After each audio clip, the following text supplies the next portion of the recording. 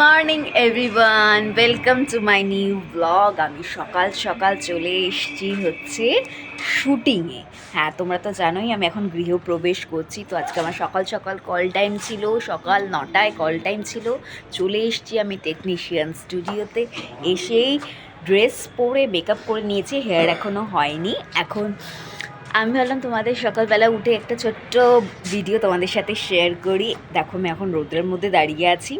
তোমাদের আজকে আমি একটা নতুন জিনিস দেখাবো। যারা দেখেছো তো তারা জানোই, আর যারা দেখোনি তাদের জন্য টেকনিশিয়ান স্টুডিওটা, আমি এখন একটা বারান্দায় দাঁড়িয়ে আছি, লম্বা বারান্দায়।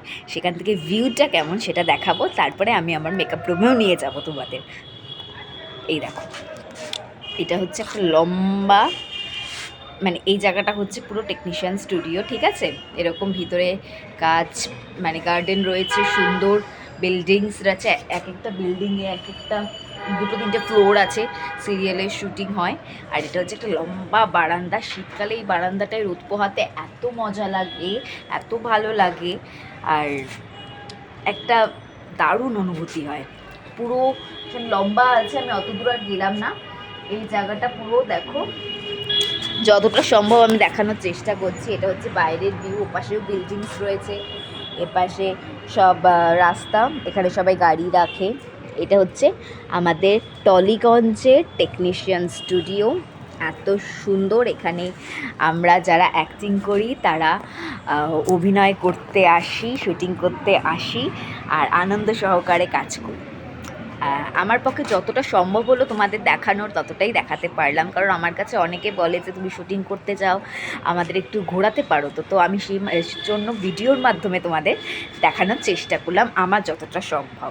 এইবার আমি দেখাবো হচ্ছে আমার মেকআপ রুমটা কীরকম। চলো দেখে আসি। এখন যাচ্ছি আমার মেকআপ রুমে, চলো ঘুরে আসি।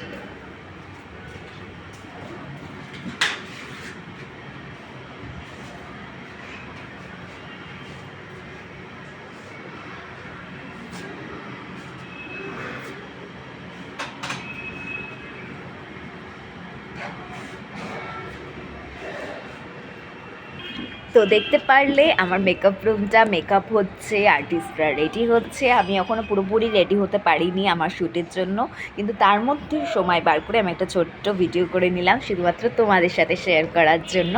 আশা করি তোমাদের সবার খুব ভালো লেগেছে। তোমরা সবাই ভালো থেকো, আমার ভিডিও দেখতে থেকো, আর আমাকে সাপোর্ট করতে থেকো। আমি আবার সুযোগ পেলে আবার ভিডিও করে তোমাদের আমাদের ফ্লোরটা দেখাবো, যেটা কথা দিয়েছিলাম, চেষ্টা করব আমি। ততক্ষণের জন্য টাটা। আমি রেডি হইনি। টাটা।